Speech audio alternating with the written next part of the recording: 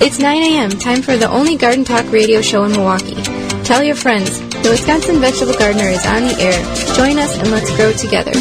Coming up today on the Wisconsin Vegetable Gardener Radio Show, we're going to go over things that you can do with your pumpkins besides carve them up as jack-o'-lanterns. There are some specific breeds that are designed for that, but there's many others that can be used for a number of different applications, as well as the power of leaves in your garden. Our guest, Marissa Lankes, she is a sustainable agricultural specialist. She's going to talk to us about how we can build our soil, keep our soil healthy, and what we should not do to our soil to inhibit that desirable health that we want in it, as well as your garden questions. Garden Talk Radio is on the air, and that all starts right now. Welcome to the Wisconsin Vegetable Gardener Radio Show with your hosts, Joey and Holly Baird, some of the realest gardeners that you'll ever know, always willing to share their knowledge, mistakes, and working to grow together. Founders of the WisconsinVegetableGardener.com that contains over 1,100 garden videos to show and teach others to grow some of what they eat. Join them for the next hour as they cover practical gardening information that has worked for them and more. Now here they are. Welcome to the Wisconsin Vegetable Gardener Radio Show. I am your host, Joey Baird. Beside me is my wife, co-host, best friend, gardening partner, Holly Baird. So happy you've taken a little bit of time out of your day to join us on the program. The WisconsinVegetableGardener.com is the destination for all things gardening, containing over about 1,300 now garden videos, short and long format, in the garden videos as well as in-studio video and podcast of every single show's full segment and segments of this particular program. There's a number of ways in which you can contact us, one being the IV Organics 3-in-1 Plant Guard hotline.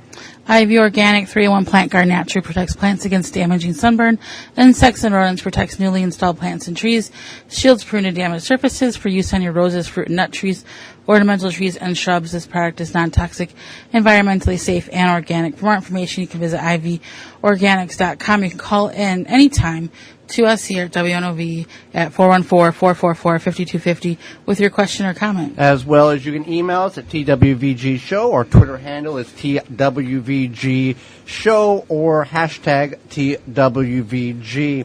So there's a number of ways in which you can contact us during the program and post-program. You can also find us on all your social media platforms by searching the Wisconsin Vegetable Gardener, and you will find us in one form or fashion. So there's fall is here. Right. So we had a question. We had a question we need to address from last week, and the reason why sometimes we carry over questions is simply because Holly and I are not, we don't know everything. And you ask anybody that we've ever had on this program, local or nationally known, and they will say there's times where the best answer is, I don't know, give me some time. So that's what we had done. We wanted to do our due diligence, find the correct answer, because we'd never heard of the question, which was... woman called in, she wanted to know when to trim her mugo pine. Now, I've never heard of mugo pine. Did some research. It's kind of like more like a shrub, a piney shrub. The best time is to trim it in the spring, actually, when you want to trim back the new growth. Just the new growth. Mm-hmm. Otherwise, you're going to get back into the woody portion of it, where it's going to have big blotches of dead-looking areas because you've cut back all the growth into that plant. Yeah. Mm-hmm. So in the spring. Yep. All right. So with the fall being here, pumpkins are a staple of fall in North America. Right. So there's and many people think that and may just be lack of education or a variety of different reasons. You buy a pumpkin at the grocery store or at the farm, you carve it up, you put a candle in it, and happy Halloween, and away it goes. Some people call fall decorative squash season or something like that. So yeah, definitely. It's definitely the time of the year for that. And like you said, sometimes you carve it or you put it next to a straw bale on your front yard, whatever.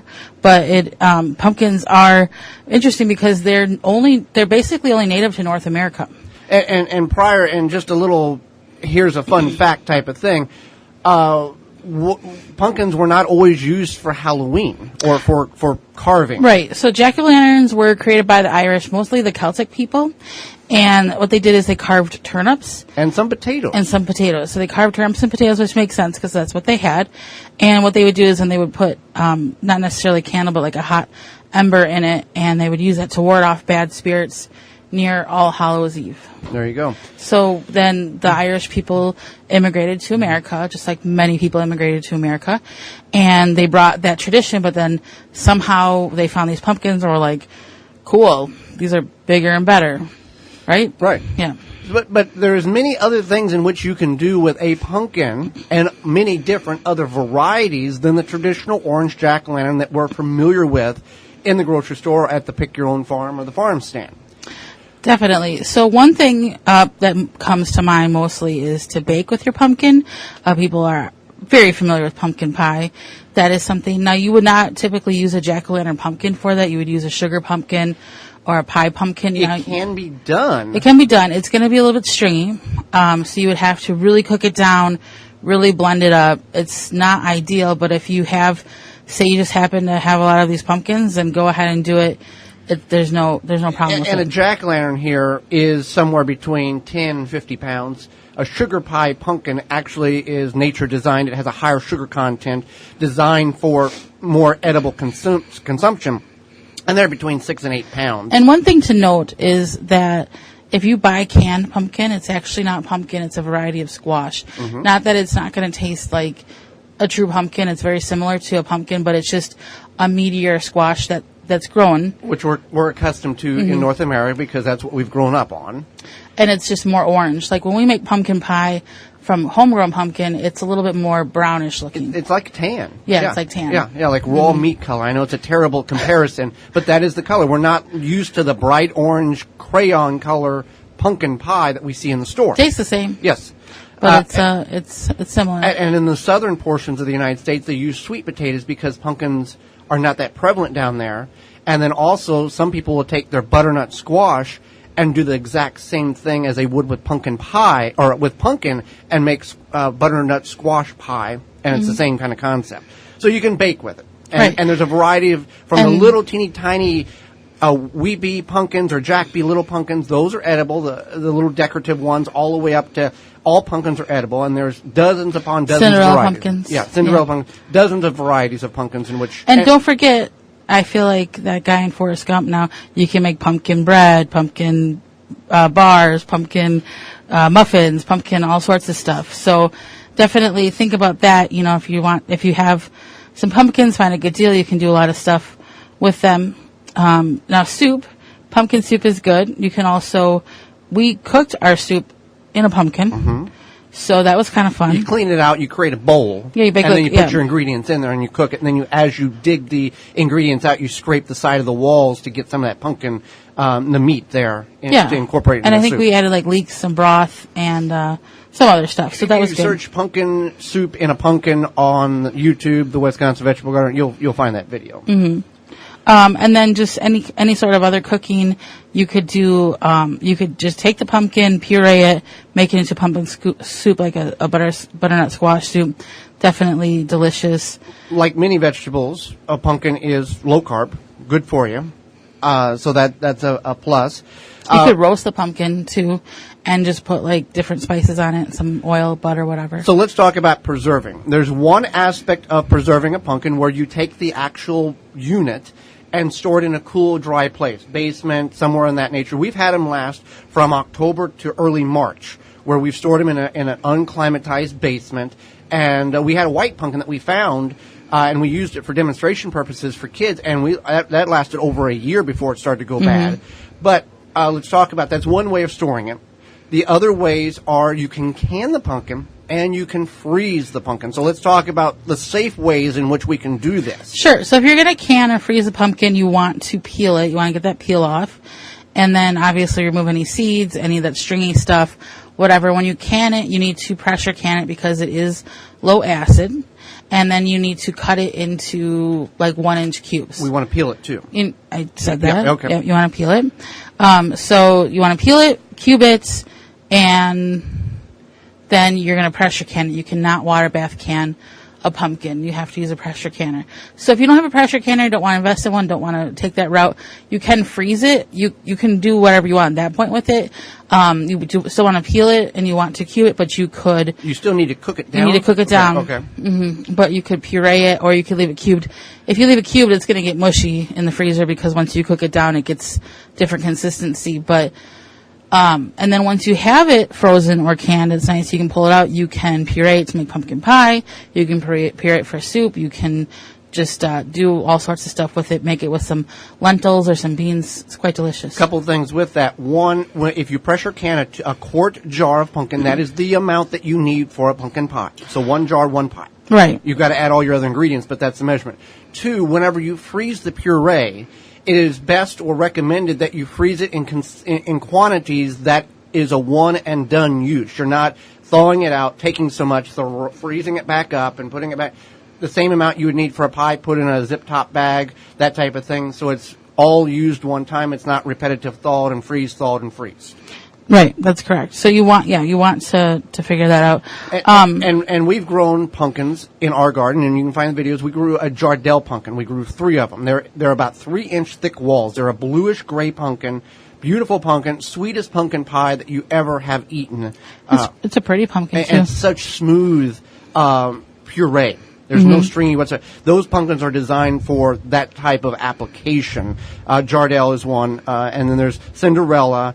And there's several other varieties that have that very thick internal wall that is very, very good for the cooking application. Right, and then so you also can make pumpkin flour. This is good for your jack-o'-lanterns here, right? Because it doesn't matter. Yep. So if you have a jack-o'-lantern pumpkin, you want to cut it up, dehydrate it. You can make your own pumpkin flour, and you can make pumpkin seed flour. And both of these are considered low carb. They have a lot of fiber in them. If you do bake with them with something like pumpkin flour, if your recipe calls for 1 cup of flour, you're only going to use a 1/4 cup of that and then 3/4 cups of a different flour. So the best way in order to dehydrate a pumpkin is peel it, de-seed it, and then take the flesh and put it through a food processor to a small chunky consistency. Then layer it on your dehydrator tray. If you have a fruit roll-up tray, that's even better so the particles don't fall through, but it will work either way. And then once the pumpkin is dry based on the density, the moisture content, 12, 18 hours, whatever the case is, then you take and you puree it into a coffee grinder to a powder consistency. And then you can use it as pumpkin flour. Pumpkin seeds are the same way. Let them dry completely, pulverize them to a powder, and you can use them. And you can put a little bit in your smoothie, too. You're not going to notice, oh, this is pumpkin. But it does add that low carb, that extra You can make pumpkin smoothies. Yes, you can. Mm-hmm. Yep. So, yeah, you can make pumpkin smoothies. All sorts of good stuff you can do with the pumpkins. And the seeds, you can roast those and all that type of thing with the seeds as well. And you want to, if you get a good pumpkin, let's say for the Jardel, we'll use our example. We saved those seeds. We had 1.5 pounds of pumpkin seeds in which we saved because they were such a good and a good variety to grow. And we were fortunate enough with those Jardels. We had 2 seeds left from 5 years ago that we planted, and those 2 germinated, and we ended up with 45 pounds of pumpkin off 3 units. 3 pumpkins were 45 pounds total. All 3 of them added together. So, yeah, there's a lot of different places you can go and get your pumpkins, grocery stores, specialty stores, pick your own farm. But if you're intending to use it for a specific purpose, find out what pumpkin is best. Those pumpkins that we've talked about, the meat pumpkins, the jack-o'-lantern, all of those are available in the area. You just need to know what they're used for. And some people will buy those specialty pretty pumpkins not knowing that they are used for edible consumption. Many people think those are specifically grown for decorative purposes on the porch, patio, or deck. And then at the end of the season, they just throw them away and nothing more is said. But those are used for eating. Now, if you use them for decorative, if they get a freeze on them, they're pretty much no good because they're going to concave on themselves. They're going to get bad. So keep that in mind if you're going to buy them, to use them, to eat them. That's what we'd recommend. When we come back, we're going to talk about the power and the importance of using leaves in your garden. Just don't put them on the curb for municipal pickup. Right after this.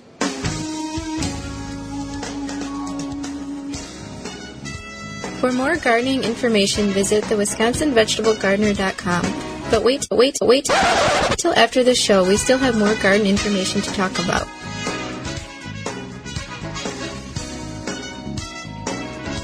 I know you're looking for natural and organic food, but at a great price. I've found the place. Woodman's has what you need. Woodman's offers a huge natural and organic selection with some of the area's largest organic meats, produce, and dairy departments. Shop consciously, but it won't break the bank. They have aisles of all the organic food, snacks, and treats you've been looking for, so you and your family can eat healthier without overpaying. Visit their Milwaukee area store locations, Kenosha, Menominee Falls, Oak Creek, and Waukesha, or visit woodmans-food.com to find the nearest location to you. Mycorrhizae is a beneficial fungus from PlantSuccessOrganics.com that will greatly increase your plant's germination ability and healthier root structure. You can increase seed sprouting, root growth, and general plant germination. Mycorrhizae can be used with hydroponic root cutting, seed sprouting, cocoa coir, and soil. PlantSuccessOrganics.com carries powder, granule, and tablet form of mycorrhizae. Increase the level of mycorrhizae in your soil to give your plant the optimal opportunity to produce incredible harvests. For more information and to purchase, visit PlantSuccessOrganics.com. Garden seeds do not have to cost a fortune, just 99 cents at migardener.com. Now with over 450 varieties of non-GMO, heirloom, and organic flower, vegetable, and herb seeds available year-round. Pay less and get more seeds. Shipping as low as $2.50. That just makes sense. Go to migardener.com for seeds and garden needs, tools, and special blend fertilizers. migardener.com. It's that simple. Family owned and operated. Tall Earth Wood Treatment all-in-one preservative and stain offers lifetime protection and creates a unique silver-aged wood finish. All ingredients are non-toxic, eco-friendly, perfect for garden beds and veg trucks. Find out more at tallearth.com. Free shipping on all orders. Use coupon code WISCONVEG to save 15% off orders placed at tallearth.com. Shield and Seal vacuum sealers and the highest quality vacuum sealing products, unique black and clear and all black bags, protecting your produce and product better than traditional bags. Find out more at shieldandseal.com. A peck of apples? Apples contain zero fat, sodium, and cholesterol. Also a good source of fiber. Apple varieties range in size from a little larger than a cherry to grapefruit size. The largest ever picked weighed 3 pounds. A peck of apples weigh 10.5 pounds, when a bushel of apples weigh 42 pounds. Rebel Green, responsibly made natural products that are good for you and the environment. Made in the USA, plant-based, vegan, and always toxic-free. Find out more at rebelgreen.com. Use coupon code WIVEG15 to save 15% off your next purchase at rebelgreen.com/shop. Blue Mel's Garden and Landscape Center offers an awesome selection of high-quality garden and landscape products. We have just the plants you're looking for: annuals, perennials, veggies, herbs, and more. Plus, you can always count on us to answer all of your questions and offer expert advice. Blue Mel's also carries the largest selection of bulk landscape materials in the area. Enjoy a beverage from our coffee shop while your kids run around in our huge playground. Join our growing list of highly satisfied customers. Visit the garden center that offers everything you're looking for. Visit Blue Mel's today. Blue Mel's, 4930 West Loomis Road, 414-282-4220. The Wisconsin Vegetable Gardener Radio Show is brought to you by the following: Flame Engineering, Eco Garden Systems, Bobex, Plant Success, Beans and Barley, M.I. Gardener, Outpost Natural Food Co-op, Root Assassin, Manure Tea, The Gardener's Hollow Legs. Find all sponsors at the WisconsinVegetableGardener.com and thank them for their support.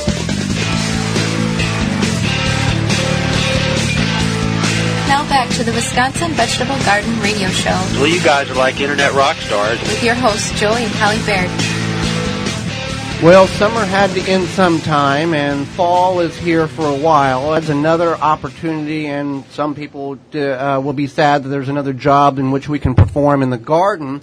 But it's an important job that will benefit us and the soil in the spring to come. That is using leaves in the garden. And many people will just rake their leaves up and throw them on the curb or bag them up, put them in the curb for municipal pickup, when they're losing a valuable free resource in which they can use to enrich their soil, their garden, and their raised beds, that you can save money and mimic what nature does on the forest floor.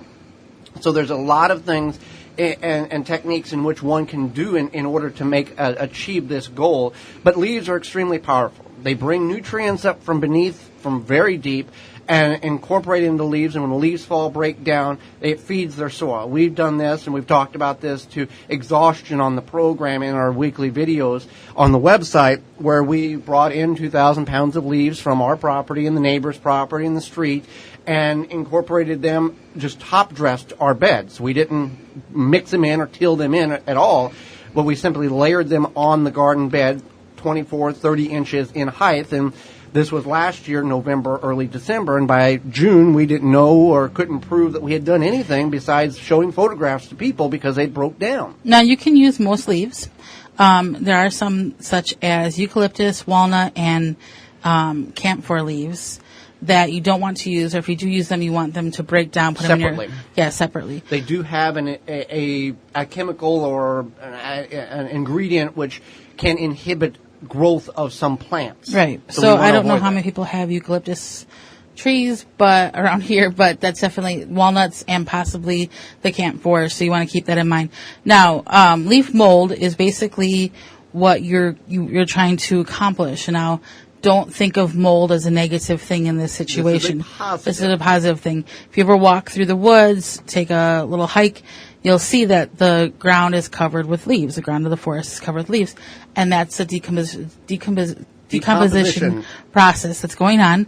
And that's what leaf mold is. It's that decomposition that's happening naturally. So when you put the leaves on your garden now or before it snows, hopefully, then it's going to break down. It's going to break down over winter. It'll break down early spring, and before you know it, you're feeding your soil. Now, you can get these leaves to break down quicker if you mulch them or run them through a leaf mulcher or over a lawnmower and bag them that way. But our goal in our garden is not to get them to break down quickly. We want to use them as a natural mulch in the spring. And when we have placed the leaves on the soil and mounded them up, it adds an environment in which critters and microscopic, all these things can live over the winter, and actually creates an environment to increase the soil web and the healthiness of the soil, because they don't have to go elsewhere or burrow down. They can live under the leaves, and leaves create kind of an insulation for the soil. It protects the soil from evaporation, erosion, and damage from the sun. In nature, all things are covered soil by some form or fashion, unless it's agricultural and man has removed that item. Right. Now, say you are in a community garden, or you're in an area where your garden is susceptible to wind or full breezes, things like that. One thing you could do is you could put a fence around the area, a small fence. We have a chicken wire fence that'll keep the leaves in. Otherwise, when you put the leaves on, you could just wet them down, and then that'll help the decomposition process, and that way it'll kind of keep them secure there. Some people will go around and pick up leaves that other people have bagged for them. Now, the only concern that I have, and only warning that I would put out for that particular free item on the side of the road, is some people spray trees with chemicals in order to make them healthy and keep bugs away and other means and other purposes. And two, sometimes you may have in amongst those leaves a lot of yard debris or grasses that have been chemically treated with 2,4-D or a weed and feed, and they've just raked everything up, bagged it to get rid of it. That can be detrimental to your garden in the composted form and or in the raw form, because that 2,4-D attaches itself to water molecules and then will stay sometimes in your soil over winter and then kill your broadleaf plants in the spring. So just be aware of that. When we pick our leaves up, the neighbors, I don't know if they're happy about it or not. I don't know. But they're just confused. But they do say, why? hey, these are the leaves. This is the yard debris. You're more than welcome. They identify to us what can be picked up or what is what, so we can make a choice in what we want to bring in, because obviously they're not blind. They see what we're doing and the amount of leaves that we continue to bring in and to feed our soil. When we pile those leaves up unshredded, And come spring, we can move those leaves back, and the worms have actually come to the surface of the soil, and they are feeding, and other microbes and worms and grubs and all that stuff are feeding on the leaves and taking those leaf particles and going back down in the ground. So it's enriching the soil, aerating the soil, and we try to avoid soil disturbance as much as possible, but sometimes it's required. And we don't till the leaves into the soil like some people choose to do. So that's the way we use leaves. We use more as a mulch, and as opposed to a soil additive. It's a soil additive in a way. It's just that it's a less direct way. We're allowing to do what nature does, and that's a lot of what we do.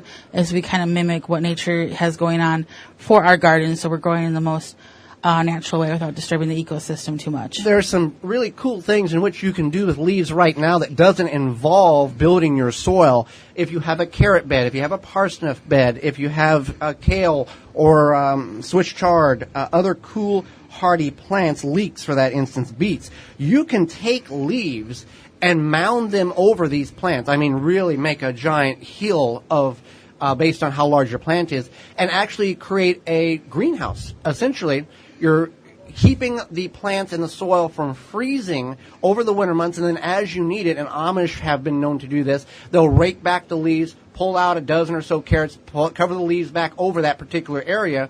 The soil doesn't freeze. The plants do not die, but they don't grow. It's basically a outdoor refrigerator for your plants in which you can harvest all winter long. And Jerusalem artichokes, you can certainly do that with this particular method as well, to harvest as you need and prevent the soil from freezing as it would if it was just exposed. Right. So that is that's definitely something you can do with your leaves. You can also, we don't mulch around our garlic, but when you plant your garlic, you can mulch around them. Just do a thin layer. Asparagus beds are good. Beds, Your perennial beds, it's really good to add a good a mulch. And you can even put them, if you have super large containers, you can put them over those as well. Oh, we've done that with our raised beds. We've covered them and done it that way. With the perennial beds, you can certainly mulch or leave them unmulched. Again, the mulched material will break down quicker than the full leaves. The only thing with the full leaves, you do have the potential of it creating a mat, and then it not being able to water to penetrate through it. But we've never really found that particular problem existing in our garden. Not that we've been, vigilant when it was raining. Oh, it's not. But based on the way we've done it, it's worked really, really well on the leaves. So when it comes to leaves, it may be a nuisance to some people, but do not throw them to the curb for the municipal pickup. We want to use them in our garden to benefit the soil, the microbes, the soil web, all of those things, the earthworms, in order to better grow our plants. Let's go to the IV Organics. Oh, no, okay. So when we come back, we will talk with Marissa Lankes. She is a sustainable soil specialist, and we're going to learn more about not only what the leaves can do for the soil, but what we can do to increase the healthiness of our soil right after this.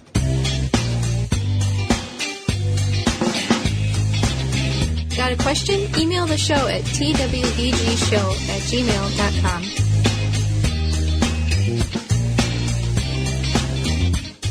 Hoss Tools wants to help you grow your own food. From seed starting supplies, hand tools, drip irrigation, harvesting equipment, and a complete line of all-natural pest control solutions, they've got you covered. Keep your garden weed-free with their time-tested, American-made wheel hose that are built to last a lifetime. And their precision garden seeders have proven design for planting a wide variety of seeds. Hoss Tools has what you need to get the most out of your growing space, large or small. Free shipping and outstanding customer service. Shop online or request a free catalog at HossTools.com. The number one key to healthy, productive plants are the roots. Starting from seed to full-grown plants, RootMaker.com has the answer. From seed starting trays with an innovative design that air prunes the roots, creating a fabulous root system, never again will you have root-bound plants, to multiple gallon grow bag sizes to raised beds. RootMaker.com has your grow needs covered. Visit RootMaker.com. Pomona's Universal Pectin is high-quality pectin that gels reliably with low amounts of any sweetener. If you're trying to reduce the amount of sugar in your diet, you'll love Pomona's Universal Pectin. Now you can make healthy homemade jams and jellies sweetened to your taste. You can use sugar, honey, or any alternative sweetener you'd like. Pomona's Universal Pectin keeps indefinitely when stored in an airtight container. Easy to use, versatile, and comes with directions and recipes in every box. Find out more and where to buy at PomonaPectin.com. Available at most natural food stores and online. Root Assassin, a garden tool that does all the root functions with its advanced shovel that has serrated edges on both sides. Find out more information at rootAssassinShovel.com. Purple Cow Organics quickly and naturally increases the uptake of nutrients and water to your plants with their new bioactive vegetable supercharger designed to meet the unique needs by helping the living organisms in the soil help plants uptake the nutrients more quickly through their roots and leaves. Find out more at purplecoworganics.com. Flame Engineering, home of the Weed Dragon, the perfect propane torch kit for home and garden use. For killing weeds, no need to pull or spray. 100 other uses. Find out more at flameengineering.com. The Wisconsin Vegetable Gardener is brought to you by the following: Handy Safety Knife, BioSafe, Tall Earth, Chapin International, The Plant Booster, Ivy Organics, Woodman's Market, Blue Mel's Landscaping Garden Center, Purple Cow Organics. Find all sponsors at the WisconsinVegetableGardener.com and thank them for their support.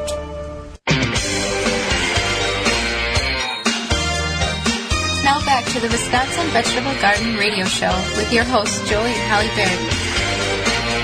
Well, when it comes to the fall time, Blue Mel certainly has the products in which you need in order to get your fall decorative decorations decor put together, as well as they have bulk material, and they will, I believe, if all goes well, they're going to have a fall festival thing coming up. No, yeah, we don't have any information on that yet, but they do have a lot of great stuff for fall. They have that coffee. The Bloom Coffee. So they have live music there. Next week, October the 6th, right. They'll have live music there in the late morning, early afternoon, and a bulk material, 40 varieties of your any type of bulk material, largest in the area: compost, wood chips, sand, gravel. You bring a device, they will fill it up for you, and they can take care of all your landscaping needs. That's the thing. Now's the time you can think, okay, what do I need to change, or what do I need to do now in order to get things better for next spring? They will sit down with you, and they've got the technology to make things look pretty on a screen and say, here's what we can do. Is this what you would like? And they listen to you. They don't say, here's what we're going to do. And that's why they've been in business since 1955. And where can you find Blue Mel's? You can find Blue Mel's you can go to bluemel's.com. You can go directly to them at 4930 West Loomis Road, over there just south of Layton. Or you can call at 414-282-4220. Well, Holly, let's go to the Ivy Organics 3-in-1 Plant Guard hotline and bring in our next guest. Yeah, Marissa began her agricultural career in 2009 and has farmed around the country, leading and developing agricultural programs, education programs in both California and Texas. She has a degree in agriculture education from Texas State University, and she manages ACC's Sustainable Agriculture Program. That's and she's highly involved with Central Texas Gardener, which is a PBS program down in Central Texas. In the Austin, Texas area. Welcome to the program, Marissa. Hi there. Thank you. Well, thank you so much for taking time out of your day, not only to educate Holly and myself, but all of our listeners on probably some things that we're not aware of in which we can do to build our soil and keep it healthier than what we're aware of. Now, I have friends who don't know much about gardening, and they tell me that we play in the dirt, and I say that we play in the soil, not the dirt. So what is the difference between soil and dirt? Well, I like to say dirt is something that you scrape off of the bottom of your shoe. So dirt is something you might track into the house, and soil is a medium for plant growth. So soil is alive, our biggest difference and thing to recognize. Well, and that's the difference there, that soil is alive, and whether man-created or nature-created, it has a tremendous amount of nutrients. And why is soil so important to plant life? Let's break it down to the scientific level here, if you would. Sure. Well, if you think about how plants grow and where they draw nutrition from, that is the biological activity in our soil. Without that, if we're missing life in our soil, our plants aren't going to grow. So the health and wellness of our soil are essential to the health and wellness of our plants, and then it comes down to ourselves. Our own nutrition and our own gut health is dependent upon all of those things that make health. Okay, so are you on speakerphone, Marissa? Yeah, are you getting some feedback? Yeah, if you could a little just, better. Yeah, thank you.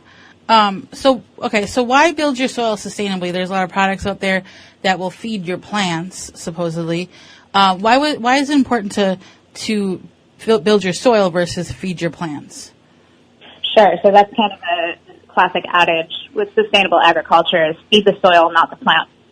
So if you are putting topical kind of applications just on your plant, you're adding maybe vegetative growth and increasing that plant's life, but you're not actually improving anything for future generations.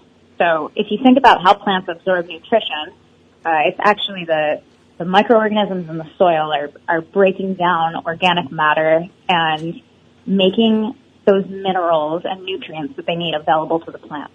So if we're taking care of our soil health and encouraging life in our soil, we are from the bottom up making better plants.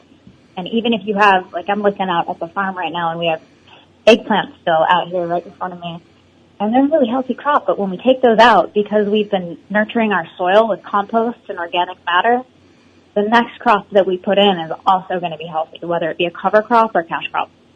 Well, let's talk about the term there, cover crop. What is the purpose of a cover crop? Is it simply to protect the soil from the atmosphere, the sunlight, and the wind, or what benefits does a cover crop have in building your soil?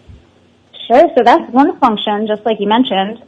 We always look to Mother Nature, and she doesn't leave bare soil, so we definitely want to protect our soil from erosion and the elements. In addition to that, when we're cropping our soil, we are taking away from it. So we're taking nutrition, and we actually take a little bit of soil when we harvest, if you think about harvesting a root crop. So planting a cover crop also gives back to the soil, depending on what you plant, in multiple ways. So a cover crop that has a lot of biomass, you're putting organic matter back into your soil.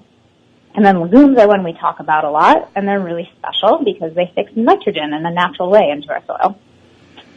So when we talk about composting, and we talk about that pretty much on a regular basis here on the program, and we just finished up a segment about the importance of leaves, is there a wrong way to compost? Is that such a term? Well, if you're creating compost, you're going to have a good smell, right? And you're going to have a material that kind of breaks down into soil. So you'll know something is wrong if you smell a foul smell. If it's rot, that means it's anaerobic bacteria, or if you're not creating compost, you just have kind of just kind of a rotting pile. That won't be compost, clearly. So I think that the best rule of thumb there to kind of keep in mind, the recommended ratio right now is 25 to 30 parts carbon materials to 1 part nitrogen. So if you have that rot going on, it means you have too much nitrogen, which is too many food scraps or grass clippings or fresh materials. Now, there is a term called trench composting, where you dig the trench and you put the material in, you mound it up, and it breaks down. Is that an effective way to compost, or is it best to do it like we all have known, in a tumbler or in a pile? What is there a better way to compost than another way? Sure. Well, like a lot of things in agriculture, that's going to largely depend upon your particular situation, your land, and your soil. So if you're in an urban environment, something enclosed may serve you better so that you don't have critters getting in there. if you have the land and the area, a large static pile might be a good option. It's really whatever works best for you. Great. Now, can you tell how healthy your soil is without doing a soil test? Is there a way just to kind of naturally tell? Yes, of course. We can take a more scientific approach and send it out to a lab. But it's also something that people have been doing for many, many generations. So everyone can certainly evaluate the health of your soil, and there's a few good indicators. One way is just a feel test. So using all of your senses, you can take a look at it and evaluate the color. You can smell it. You should have a nice, rich, healthy scent to it. You can evaluate how much organic matter is there in your soil. And your soil should feel, the kind of ideal is like black chocolate cake. So crumbly, a nice tilth is the word that we use, which refers to the texture. We should have about 50% airspace in there ideally. So, and that would be the indication. So, clay soil is something that we deal with here. Some areas in the northern portions of the United States, and maybe some places others. What is clay soil, and necessarily is it bad, or is it just because of the compactiveness is the detrimental aspect for plants? Right. We actually have a really heavy clay soil down here too. It's called Blackland Prairie here where we live. And it has its good elements and its bad elements. What clay means is that it's the tiniest particles. The particles that make up that soil are smaller than silt or than sand. And so, as you mentioned, that can create a lot of compaction and poor drainage. The way to alleviate that is going to be adding organic material, which is kind of always a good rule of thumb. And I mentioned it holds nutrients, so that's one good element of clay soil. There's a model when you think about how clay soil is, which is baklava. It's like phyllo dough. It's these thin layers and little tiny pieces all stacked together. And if you add moisture, it swells and moves. So it's a very particular soil that you need to be familiar with in order to manage correctly. Okay. Now, you had talked about people having too much nitrogen in their soil with the food scraps and whatnot. Can you overbuild your soil? Can you have too much organic matter in it? Yeah, as far as organic matter, I imagine you can overdo it with anything. I've never seen it be an issue here in Texas. There's elements that deplete your organic matter. For us here, it's the sun. It'll just get baked right out. So kind of, in my experience, as much as you can replenish that, the better. What you can do is kind of throw off your balance and have too much nitrogen or too much of one element that'll tie up another. So we're always going for balance. And that's whenever you have that tied up, that's when you see the too much nitrogen, the green growth, or the lack of greenness in the plants. So, like you talked about, is the soil healthy? That's a great indicator. If you understand what you're looking for is the other thing, and I'm sure that's kind of what you instruct people to be vigilant, and here's what you need to look for. Right, so just like we spoke about evaluating your soil based on your senses, smell, sight, feel, you can do the same thing for plant materials. You can look at a plant and have a pretty good idea about whether it's thriving or not. Absolutely. So now, where can we find out more about you and also like Central Texas Gardener as well? Sure. Well, I'm down in Austin, so you're going to have to come pretty far. But please, if you're interested in some agricultural education, check out our program at Austin Community College, Sustainable Agriculture, and Boggy Creek Farm in East Austin Institution. Been here almost 30 years now. Now, your farm is organic. I grew up on an agricultural big ag farm where it was the traditional chemicals, harvest, chemicals, fertilizer. You're seeing, and I think, and maybe you can correct me, are we seeing a movement in the smaller agricultural farms, the sustainable farms, transitioning from what we once thought we knew to going back to what nature has taught us for generations? Yeah, the USDA census is a good source for that, but what we've been seeing in the latest ones are larger amounts of small-scale farms, and they're typically, well, many of them are using sustainable practices.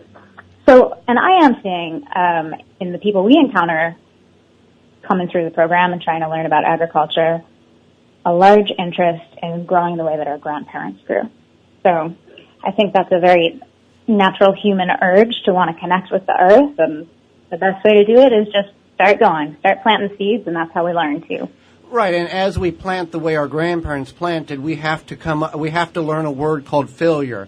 With the big ag industry, you pump the chemicals, you pump the seeds are all genetically modified, they're designed basically to not fail, and when we go to the sustainable organic means, there is opportunity and there are failures of crops in which we have no control over. You bet. Well, we greatly appreciate you taking time on the program to educate Holly and myself and all of our listeners about building our soil and being sustainable with our gardens rather than having to bring chemicals in order to supplement that nutrients in which we need for our plants to grow. Well, thanks, y'all. Nice speaking with you, and I appreciate your time. Absolutely. Thank you. And when we come back, your garden questions and our garden answers right after this. If you have a gardening question, now is the time to call in on the ivorganics.com 3-in-1 Plant Guard hotline at 414-444-5250.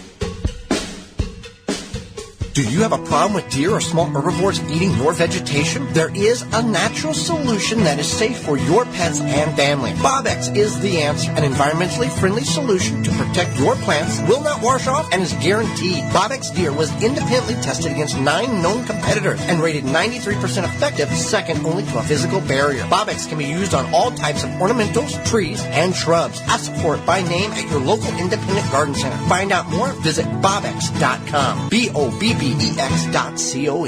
An Oya is an unglazed porous clay pot with a short neck and a wider belly. Bury your Oya neck deep in your raised bed, container, or ground garden and let the Oya do your watering by releasing water as needed. How? By soil moisture tension for all you techies out there. This is an eco-friendly, efficient, ancient way to water your plants using up to 70% less water than other irrigation methods. It saves you time and is easy to install. Find a retailer through DrippingSpringsOyas.com. Smart watering, easy gardening. Beans and Barley Market and Cafe, a neighborhood specialty grocery store for the east side and greater Milwaukee area where you can find all you need. From fresh produce to bakery to organic frozen dinners, from wine to fresh squeezed carrot juice, a health food store with hundreds of products, vitamins, supplements, bath and body items, magazines, cards, books, and a knowledgeable staff. Catering available, open daily at 8 a.m. The restaurant serves breakfast, lunch, and dinner 7 days a week with a menu of good, healthy, homemade food, including vegetarian and non-vegetarian specialties. 1901 East North Avenue, Milwaukee, 414-278-7878, and online at beansandbarley.com. The Gardener's Hollow Leg, the debris and harvesting bag you wear, comes with its own belt attachment, perfect for doing light pruning, weeding, harvesting on the ground or on a ladder, and many other uses. Find out more at thegardenershollowleg.com. Save 10% by using the word veggies at checkout. Zaz Products, offering great quality supplements that can help personal health and increase longevity. Committed to bringing you the highest quality products at the lowest price. Find out more at ZazProducts.com. Blue Mel's Garden and Landscape Center offers an awesome selection of high-quality garden and landscape products. We have just the plants you're looking for: annuals, perennials, veggies, herbs, and more. Plus, you can always count on us to answer all of your questions and offer expert advice. Blue Mel's also carries the largest selection of bulk landscape materials in the area. Enjoy a beverage from our coffee shop while your kids run around in our huge playground. Join our growing list of highly satisfied customers. Visit the garden center that offers everything you're looking for. Visit Blue Mel's today. Blue Mel's, 4930 West Loomis Road, 414-282-4220. The Wisconsin Vegetable Gardener Radio Show is brought to you by the following: Haas Tools, Tree Diker, Root Maker, Seeding Square, Rebel Green, Dripping Springs Oyas, Zaz Products, Shield and Seal, Pomona Universal Pectin. Find all sponsors at thewisconsinvegetablegardener.com and thank them for their support. Now back to the Wisconsin Vegetable Garden Radio Show with your hosts, Joey and Holly Baird.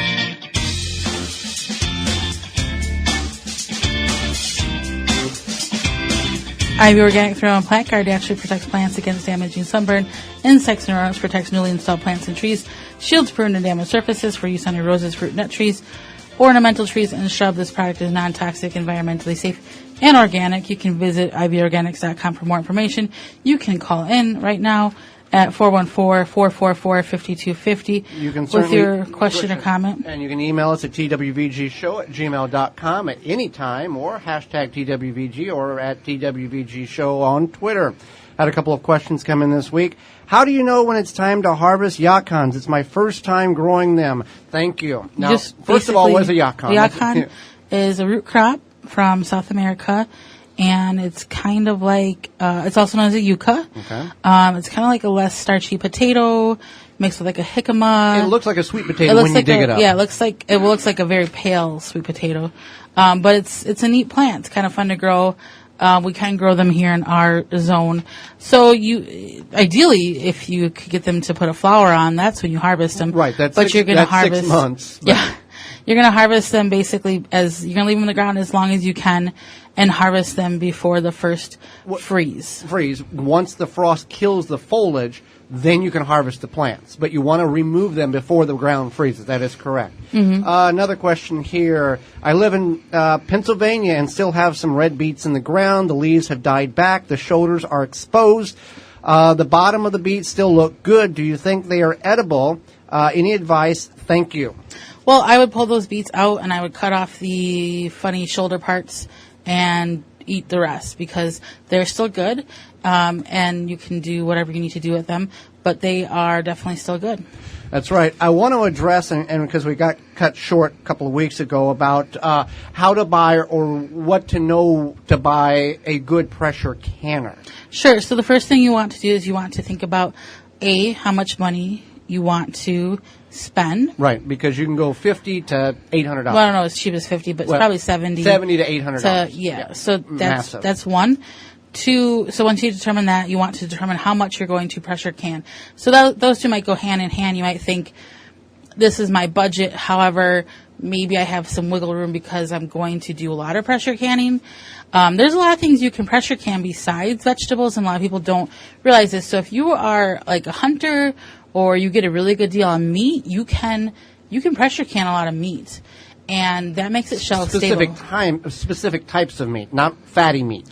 Right. So like chicken, venison, beef, but the high fat stuff like the inner part of the chicken. Personally, I would get a dial gauge. We were given a weighted gauge one as a wedding gift, and nothing wrong with it. Not complaining. I probably would have gotten a little bigger one, but it works for what we need. Mm-hmm. So that's one thing to consider. Type of stove, is that important? Yeah, it could be. They're not typically as heavy as a regular canner because you're not putting as much water in there. And I bring that up because there are certain stoves that have a weight restriction and it can basically crack the elements. Like what do you these what type of glass top stove? Like glass top stoves. Also, there's like conductive heating or something like that. Yeah, so you want to look into that as well. Think about your stove. So and there's a lot of guides online. It'll Google how to buy the best pressure canner, and there'll be a guide for you. Like if you're going to do X, Y, Z. Definitely, I would not try to make a dual purpose where you're trying to get a pressure cooker and a pressure canner. That's not ideal. Right. It's just like one or the other. Something like an Instapot type deal. Not for pressure canning. Okay.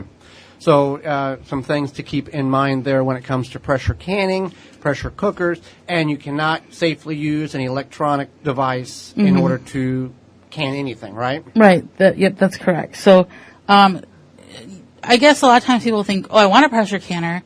Ask yourself why. There's a lot, not saying you shouldn't get one, not saying you should look into it, but there's a lot of things you can do with a water bath canner that you might not realize that you can do, right. like we've found ourselves. Well, if you don't want to call in to the show or you've missed the live show, you can always drop us an email at twvgshow@gmail.com, or you can actually send us a voice message. You go to the website, thewisconsinvegetablegardener.com, and you follow the prompts that says leave a voice message, and you can do that anonymously, or you can include your information where we can respond back to you personally, or we can just use it on the show, just like this question that came in about cockroaches. Hi, I know this is a new one for you. There are roaches that have invaded the neighborhood, and I'm wondering what can I use that would not be toxic to bees and to other things in the environment to get rid of them in the yard and the garden. Thank you. So with any bug infestation, whether it's external or internal, we want to, one, clean the area, keep the area clean of crumbs and debris, that type of thing that would lure them in. This is the same thing for rodents as well. Secondary, if they're outside and you want to prevent them from coming inside over the winter, what you want to do is make sure you've sealed up all the cracks and holes and that type of thing in your home. Okay, so if they're outside, you can use chemical application. There's a number of products online in which you can do this. There is more organically ways of controlling, treating, killing. You can use the sticky pads that you get that they'll get stuck on and they can't get loose, but that doesn't always kill them. So boric acid powder is what you want. Now, you want to use 3 parts of the boric acid with 1 part powdered sugar. Now, this can be applied inside and or out. The disadvantage to outside is if it rains, get moisture, damp, whatever, it'll clod up and get mucky, and the roaches won't consume it.